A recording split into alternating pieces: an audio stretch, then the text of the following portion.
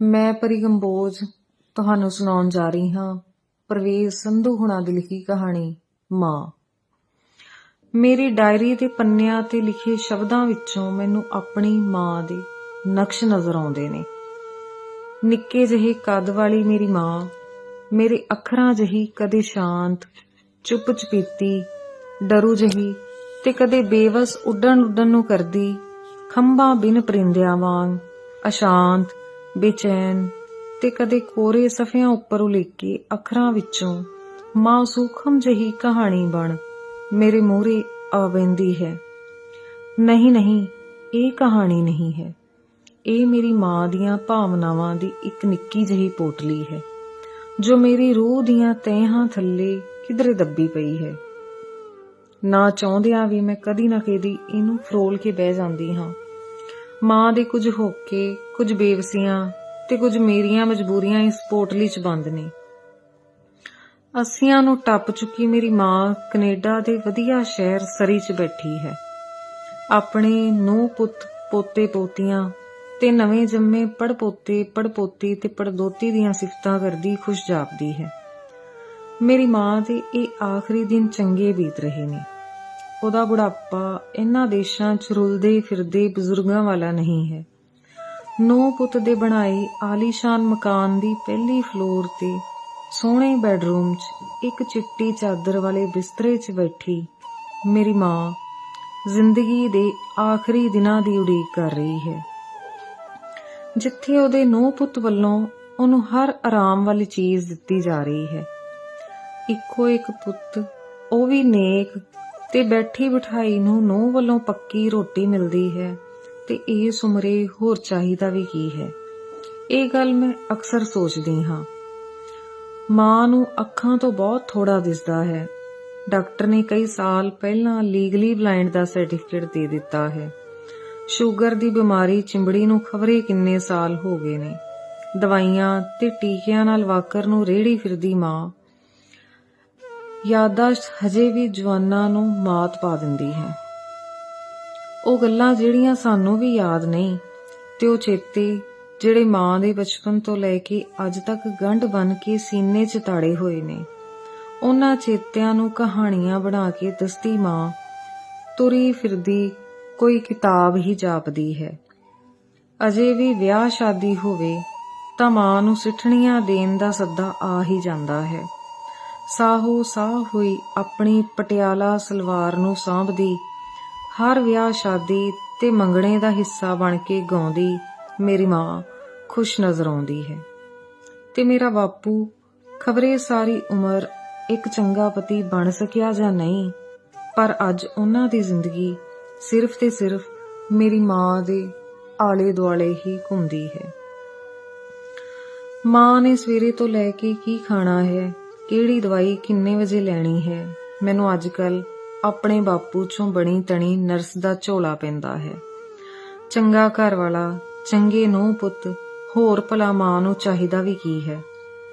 ਮੈਂ ਸੋਚਦੀ ਰਹਿੰਦੀ ਹਾਂ, ਪਰ ਇੰਨਾ ਕੁਝ ਹੁੰਦਿਆਂ ਸੁਣਦਿਆਂ ਮੇਰੀ ਮਾਂ ਅਕਸਰ ਉਦਾਸ ਹੋ ਜਾਂਦੀ ਹੈ। ਕਦੀ ਕਦੀ ਗੱਲ ਕਰਦਿਆਂ ਮੇਰੀ ਮਾਂ ਦੇ ਧੁਰ ਅੰਦਰੋਂ ਇੱਕ ਹੋਕਾ ਨਿਕਲ ਆਉਂਦਾ ਹੈ ਜੋ ਮੇਰੀ ਰੂਹ ਦੀਆਂ ਪਰਤਾਂ ਨੂੰ ਖੁਰਚ ਕੇ ਕਿਧਰੇ ਉੜ ਜਾਂਦਾ ਹੈ। ਮਾਂ, ਤੁਸੀਂ ਠੀਕ ਵੀ ਆ? ਮੈਂ ਝਿਜਕਦਿਆਂ ਪੁੱਛਦੀ ਆ। ਮੈਨੂੰ ਪਤਾ ਵੀ ਆ ਕਿ ਮੰਮੀ ਨੇ ਕੀ ਕਹਿਣਾ ਹੈ, ਕੀ ਪੁੱਛਣਾ ਹੈ। ਠੀਕ ਤਾਂ, ਪਰ ਕਈ ਵਾਰ ਪਿੰਡ ਬਹੁਤਾ ਹੀ ਚੇਤੇ ਆਉਂਦਾ ਹੈ। ਪਰ ਮਾਂ, ਸਾਰੇ ਇੱਥੇ ਹੀ ਆ, ਤੁਸੀਂ ਫੇਰ ਉਦਾਸ ਕਿਉਂ ਹੁੰਨੇ ਹੋ? ਮੈਂ ਹਰ ਵਾਰ ਇੱਕੋ ਹੀ ਗੱਲ ਕਹਿੰਦੀ ਹਾਂ। ਭੈਣਾਂ ਭਰਾਵਾਂ ਵਿੱਚੋਂ ਮੈਂ ਇਕੱਲੀ ਕੈਲੀਫੋਰਨੀਆ 'ਚ ਹਾਂ, ਬਾਕੀ ਸਭ ਮੰਮੀ ਦੇ ਨੇੜੇ ਤੇੜੇ ਵਸਦੇ ਨੇ, ਪਰ ਫਿਰ ਵੀ ਮਾਂ ਨੂੰ ਪਿੰਡ ਯਾਦ ਆਉਂਦਾ ਹੈ। ਮਾਂ 14 ਵਰ੍ਹਿਆਂ ਦੀ ਸੀ ਜਦੋਂ ਵਿਆਹੀ ਆਈ ਸੀ ਤੇ 16 ਸਾਲਾਂ 'ਚ ਮੁਕਲਾਵਾ ਆਇਆ। ਇਹ ਸਭ ਕੁਝ ਮੇਰੀ ਮਾਂ ਬੀਤੇ ਕੱਲ ਵਾਂਗ ਦੱਸਦੀ ਹੈ। ਮੇਰੇ ਮਾਮੇ ਨੇ ਦੇਸੀ ਘਿਓ ਦੇ ਪੀਪੇ ਰੋੜ ਦਿੱਤੇ ਸੀ ਮੇਰੇ ਵਿਆਹ ਤੇ। ਮੇਰੀ ਮਾਂ ਮਾਣ ਨਾਲ ਲੰਬੜਦਾਰ ਮਾਮੇ ਦੀਆਂ ਗੱਲਾਂ ਦੱਸਦੀ ਹੈ। ਮੇਰੀ ਮਾਂ ਨਾਨਕੇ ਘਰ ਪਲੀ ਵੱਡੀ ਹੋਈ ਸੀ। ਮਾਂ ਦੇ ਮਾਮੇ ਦੇ ਘਰ ਕੋਈ ਬੱਚਾ ਨਹੀਂ ਸੀ। ਮਾਂ ਨੂੰ ਮਾਮੇ ਨੇ ਗੋਦ ਲੈ ਲਿਆ ਸੀ ਤੇ ਉਸ ਤੋਂ ਬਾਅਦ ਮਾਮੇ ਦੇ ਘਰ ਸੁੱਖ ਨਾਲ 3 ਮੁੰਡੇ ਤੇ 2 ਧੀਆਂ ਜੰਮੀਆਂ ਸਨ। ਮੇਰੀ ਮਾਂ ਦੀ ਮਾਮੀ ਨੂੰ ਜਾਪਦਾ ਸੀ ਕਿ ਮੇਰੀ ਮਾਂ ਬਹੁਤ ਭਾਗਾਂ ਵਾਲੀ ਹੈ। ਇਸੇ ਕਰਕੇ ਮਾਂ ਦੇ ਮਾਮਾ ਮਾਮੀ ਉਹਨੂੰ ਬਹੁਤ ਪਿਆਰ ਕਰਦੇ ਸਨ। ਮੇਰੀ ਮਾਂ ਨੂੰ ਅੱਜ ਵੀ ਬਚਪਨ ਦੀਆਂ ਯਾਦਾਂ ਬੀਤ ਚੁੱਕੇ ਪਲ ਵਾਂਗ ਚੇਤੇ ਨੇ। ਮੇਰੀ ਮਾਂ ਦੁਨੀਆ ਦੀ ਸਭ ਤੋਂ ਖੂਬਸੂਰਤ ਔਰਤ ਨਹੀਂ ਹੈ। ਮਸਾਂ 5 ਫੁੱਟ ਲੰਬੀ, ਸਾਂਵਲਾ ਰੰਗ ਤੇ ਕੋਰੀ ਅਨਪੜ੍ਹ, ਜਿਵੇਂ ਪੇਂਡੂ ਮਾਵਾਂ ਹੁੰਦੀਆਂ ਹੀ ਨੇ। ਕੱਚੇ ਵਿਹੜੇ 'ਚ ਸਵਾਹ ਸੁੱਟ ਕੇ ਊੜਾ ਐੜਾ ਸਿੱਖੀ ਮੇਰੀ ਮਾਂ ਅੱਜ ਕੱਲ ਕਿੰਨੇ ਸਾਰੇ ਅੰਗਰੇਜ਼ੀ ਦੇ ਸ਼ਬਦ ਵੀ ਬੋਲ ਲੈਂਦੀ ਹੈ। ਅਸੀਂ ਸਾਰੀਆਂ ਕੁੜੀਆਂ ਪਿੰਡ ਦੇ ਸ਼ਿਵਦਵਾਲੇ 'ਚ ਪੜ੍ਹਨ ਜਾਇਆ ਕਰਦੀਆਂ ਸਾਂ। ਜਿੰਨਾ ਕੁ ਵੀ ਸਿੱਖਿਆ ਬਸ ਉੱਥੇ ਹੀ ਸਿੱਖਿਆ, ਤੇ ਮੁੜ ਇਸ ਘਰ ਵਿਆਹੀ ਆਈ ਤਾਂ ਇੱਥੇ ਸਭ ਪੜ੍ਹੇ ਲਿਖੇ ਸੀ। ਮਾਂ ਦਾ ਵਿਆਹ ਬਹੁਤ ਧੂਮ-ਧਾਮ ਨਾਲ ਹੋਇਆ ਸੀ। ਪਹਿਲਾ ਵਿਆਹ ਸੀ ਮੇਰੀ ਮਾਂ ਦੇ ਪਿੰਡ, ਜਿਸ ਦੀ ਬਰਾਤ ਬੱਸ ਵਿੱਚ ਵਿਆਹੁਣ ਆਈ ਸੀ। ਬੱਸ ਦੀਆਂ ਪਹਿਲੀਆਂ 2 ਸੀਟਾਂ ਤੇ ਪਰਦਾ ਲੱਗਾ ਸੀ, ਜਿਸ ਵਿੱਚ ਮੈਨੂੰ ਬਿਠਾਇਆ ਗਿਆ ਸੀ। ਜਦੋਂ ਮੈਂ ਵਿਆਹੀ ਆਈ ਤੇ ਮੈਂ ਦੇਖਿਆ ਮੇਰੇ ਸਹੁਰੇ ਘਰ ਉਹ ਗਾਉਣ ਵਾਲਾ ਡੱਬਾ ਵੀ ਸੀ। ਬਾਅਦ 'ਚ ਪਤਾ ਲੱਗਾ ਉਸ ਡੱਬੇ ਨੂੰ ਰੇਡੀਓ ਆਖਦੇ ਨੇ। ਮੇਰੀ ਮਾਂ ਬਹੁਤ ਭੋਲੇਪਨ 'ਚ ਬਚਪਨ ਦੀਆਂ ਗੱਲਾਂ ਦੱਸਦੀ ਹੈ। ਮੇਰੀ ਮਾਂ ਸਧਾਰਨ ਘਰ ਤੋਂ ਆ ਕੇ ਅਜਿਹੇ ਘਰ 'ਚ ਆ ਗਈ ਸੀ ਜਿੱਥੇ ਸਵੇਰੇ ਉੱਠ ਕੇ ਹਾਰਮੋਨੀਅਮ ਤੇ ਰਿਆਜ਼ ਹੁੰਦਾ ਸੀ। ਕਲਾਸੀਕਲ ਮਿਊਜ਼ਿਕ ਨੂੰ ਸਾਰਾ ਟੱਬਰ ਬਹਿ ਕੇ ਸੁਣਦਾ ਤੇ ਜਿੱਥੇ ਨੂੰਹਾਂ ਪਰਦਾ ਨਹੀਂ ਸੀ ਕਰਦੀਆਂ। ਮੇਰੀ ਮਾਂ ਨੇ ਕਦੀ ਸਾੜੀ ਨਹੀਂ ਸੀ ਦੇਖੀ ਤੇ ਪਹਿਲੀ ਵਾਰ ਮੈਨੂੰ ਸਾੜੀ ਪਾਉਣ ਲਈ ਕਿਹਾ ਤੇ ਮੈਂ ਪੁੱਠੀ ਸਾੜੀ ਪਾ ਕੇ ਆ ਗਈ। ਮੇਰੀ ਮਾਂ ਹੱਸ-ਹੱਸ ਕੇ ਦੂਰੀ ਹੁੰਦੀ ਇਹ ਗੱਲ ਦੱਸਦੀ ਹੈ। ਮੇਰੀ ਮਾਂ ਕੋਲ ਅਜਿਹੀਆਂ ਯਾਦਾਂ ਦਾ ਭੰਡਾਰਾ ਭਰਿਆ ਪਿਆ। ਜੇ ਲਿਖਣ ਬੈਠਾਂ ਤਾਂ ਮੈਂ ਪੂਰੀ ਕਿਤਾਬ ਲਿਖ ਦੇਵਾਂ, ਪਰ ਮੈਂ ਸਿਰਫ ਆਪਣੀ ਹੁਣ ਵਾਲੀ ਮਾਂ ਬਾਰੇ ਲਿਖਣਾ ਚਾਹੁੰਦੀ ਹਾਂ, ਜਿਹੜੀ ਕੈਨੇਡਾ ਦੀ ਧਰਤੀ ਤੇ ਬੈਠੀ ਇੱਕ ਨਾ ਪੂਰੇ ਹੋਣ ਵਾਲੇ ਸੁਪਨੇ ਨੂੰ ਦੇਖਦੀ ਹੈ ਤੇ ਉਦਾਸ ਹੋ ਜਾਂਦੀ ਹੈ।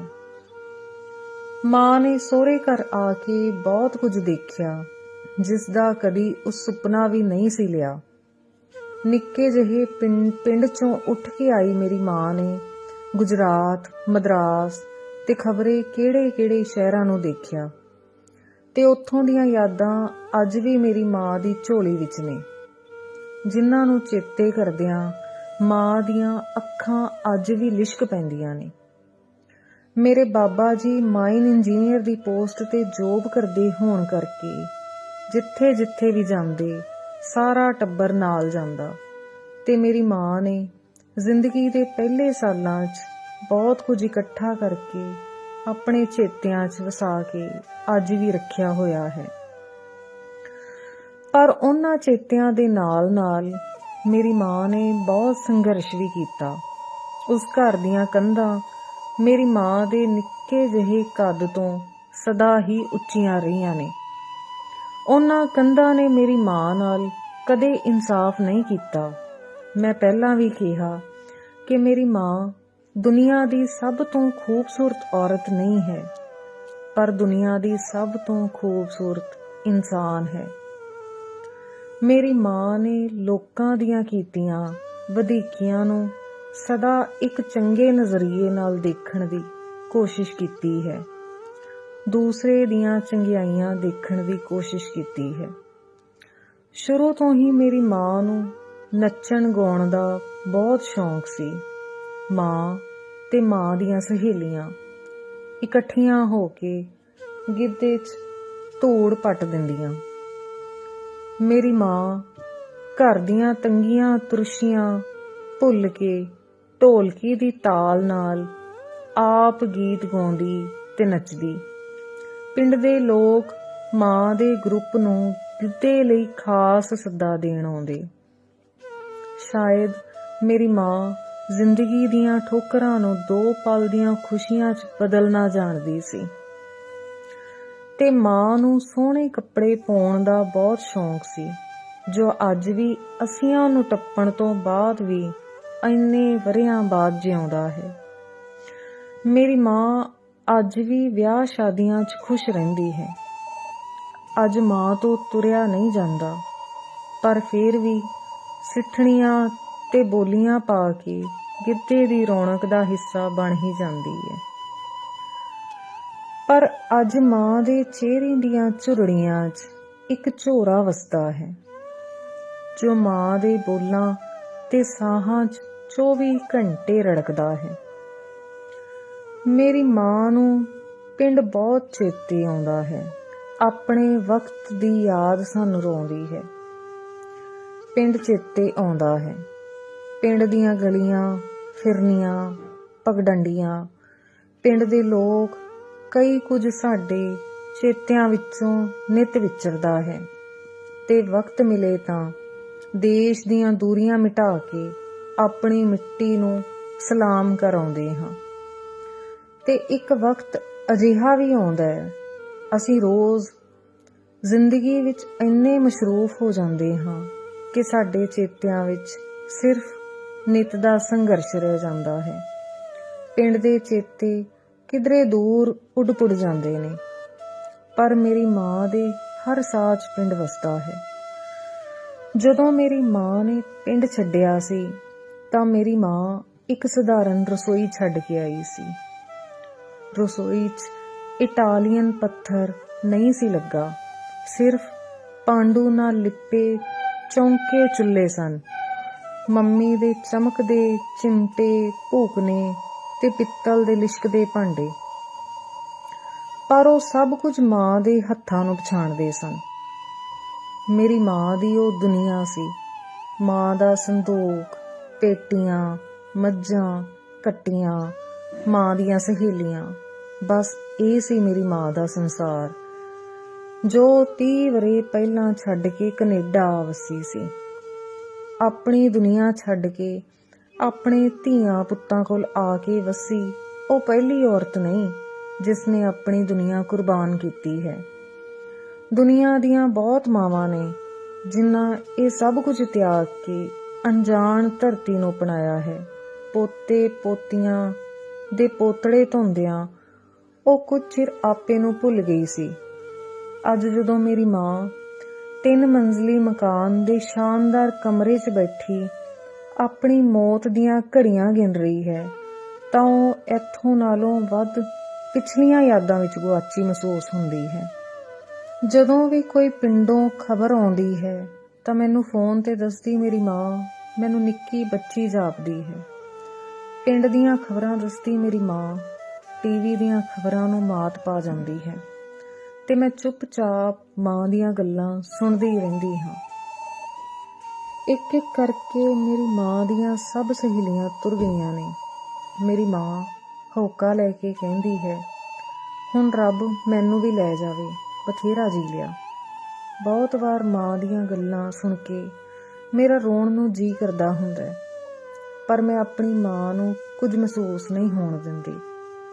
ਮਾਂ ਦੀ ਸਿਹਤ ਇਜਾਜ਼ਤ ਨਹੀਂ ਦਿੰਦੀ ਕਿ ਉਹ ਇੰਨੀ ਦੂਰੀ ਨੂੰ ਤੈਅ ਕਰਕੇ ਪਿੰਡ ਜਾ ਸਕੇ, ਖਿਲਰੇ 30 ਵਰ੍ਹਿਆਂ ਨੂੰ ਚੁੱਗ ਸਕੇ। ਜਦੋਂ ਕੋਈ ਪਿੰਡੋਂ ਮੁੜਦਾ ਹੈ ਤਾਂ ਮਾਂ ਪੁੱਛਦੀ ਹੈ, ਅੱਛਾ ਸੁਣਿਆ ਹੁਣ ਤਾਂ ਆਪਣੇ ਕਾਰ ਵੀ ਘਰ ਦੇ ਵਿਹੜੇ 'ਚ ਚਲੀ ਜਾਂਦੀ ਹੈ। ਖਸਮਾਂ ਨੂੰ ਖਾਣੀ ਸਾਨੂੰ ਤਾਂ ਬੱਸ ਵੀ ਦੂਰੋਂ ਜਾ ਕੇ ਫੜਨੀ ਪੈਂਦੀ ਸੀ। ਮਾਂ ਦੀ ਆਵਾਜ਼ ਇੱਕਦਮ ਗੁੱਸਾ ਭਰ ਜਾਂਦਾ ਹੈ, ਜਲ ਜਾਣਾ, ਸਾਨੂੰ ਤਾਂ ਘਰ ਖੜਾ ਮੋਟਰਸਾਈਕਲ ਵੀ ਨਹੀਂ ਸੀ ਜੁੜਦਾ। ਮੇਰੇ ਦਾਦਾ ਜੀ ਦਾ ਘਰ 'ਚ ਹੁਕਮ ਚੱਲਦਾ ਸੀ ਤੇ ਦਾਦਾ ਜੀ ਦੀਆਂ ਗੱਲਾਂ ਕਰਦੀ ਮਾਂ ਉਦਾਸ ਹੋ ਜਾਂਦੀ ਹੈ। ਕਈ ਵਾਰੀ ਤੇਰੇ ਦਾਦਾ ਜੀ ਨੇ ਲੜ ਪੈਣਾ ਤੇ ਕਹਿਣਾ, ਮੇਰੇ ਮੋਟਰਸਾਈਕਲ ਨੂੰ ਹੱਥ ਨਾ ਲਾਇਓ। ਤੇ ਮੈਨੂੰ ਹੈਰਾਨੀ ਹੁੰਦੀ ਹੈ ਕਿ ਜਿਸ ਘਰ 'ਚ ਮਾਂ ਨੇ ਇੰਨੀਆਂ ਤੰਗੀਆਂ ਦੇਖੀਆਂ, ਅੱਜ ਉਸੇ ਘਰ ਨੂੰ ਦੇਖਣ ਨੂੰ ਤਰਸ ਰਹੀ ਹੈ। ਤੇ ਮੈਂ ਇੰਨੀ ਮਜਬੂਰ ਹਾਂ ਕਿ ਮਾਂ ਦੀ ਆਖਰੀ ਇੱਛਾ ਵੀ ਪੂਰੀ ਨਹੀਂ ਕਰ ਸਕਦੀ। ਮੈਂ ਆਪਣੇ ਡੈਡ ਨੂੰ ਬਹੁਤ ਵਾਰ ਆਖਦੀ ਹਾਂ ਕਿ ਇੱਕ ਵਾਰ ਮੌਮ ਨੂੰ ਪਿੰਡ ਦਿਖਾ ਦਿਓ। ਮੇਰੇ ਡੈਡ ਦਾ ਜਵਾਬ ਹੁੰਦਾ, ਪੁੱਤਰਾ ਤੇਰੀ ਮਾਂ ਨੇ ਰਾਹ 'ਚ ਹੀ ਪੂਰੀ ਹੋ ਜਾਣਾ, ਇਹਨੇ ਜਿਉਂਦੀ ਮੁੜਨਾ ਨਹੀਂ। ਪਰ ਮੇਰੇ ਅੰਦਰ ਇੱਕ ਬੋਝ ਜਿਹਾ ਹੈ। ਕਈ ਵਾਰ ਮੇਰੇ ਅੰਦਰਲੀ ਇੱਕ ਆਵਾਜ਼ ਮੈਨੂੰ ਕਹਿੰਦੀ ਹੈ, ਮਾਂ ਨੂੰ ਪਿੰਡ ਚਲੇ ਜਾਣਾ ਚਾਹੀਦਾ ਹੈ। ਫੇਰ ਕੀ ਹੋਇਆ ਜੇ ਇੱਕ ਵਾਰ ਪਿੰਡ ਜਾ ਕੇ ਉਹ ਨਾ ਵੀ ਮੁੜੇ। ਪਰ ਮੈਂ ਡੈਡ ਨੂੰ ਇਹ ਗੱਲ ਕਹਿੰਦੀ ਨਹੀਂ। ਮੈਨੂੰ ਆਪਣੀ ਸੋਚ ਉੱਪਰ ਕਈ ਵਾਰ ਹੈਰਾਨੀ ਵੀ ਹੁੰਦੀ ਹੈ ਕਿ ਮੈਂ ਕਿਹੋ ਜਿਹੀ ਧੀ ਹਾਂ। ਪਿਛਲੇ ਦਿਨੀ ਮੈਂ ਪਿੰਡੋਂ ਮੁੜੀ ਤਾਂ ਮੇਰੇ ਜ਼ਿਹਨ 'ਚ ਇਹ ਬੋਝ ਦੁੱਗਣਾ ਹੋ ਗਿਆ ਹੈ।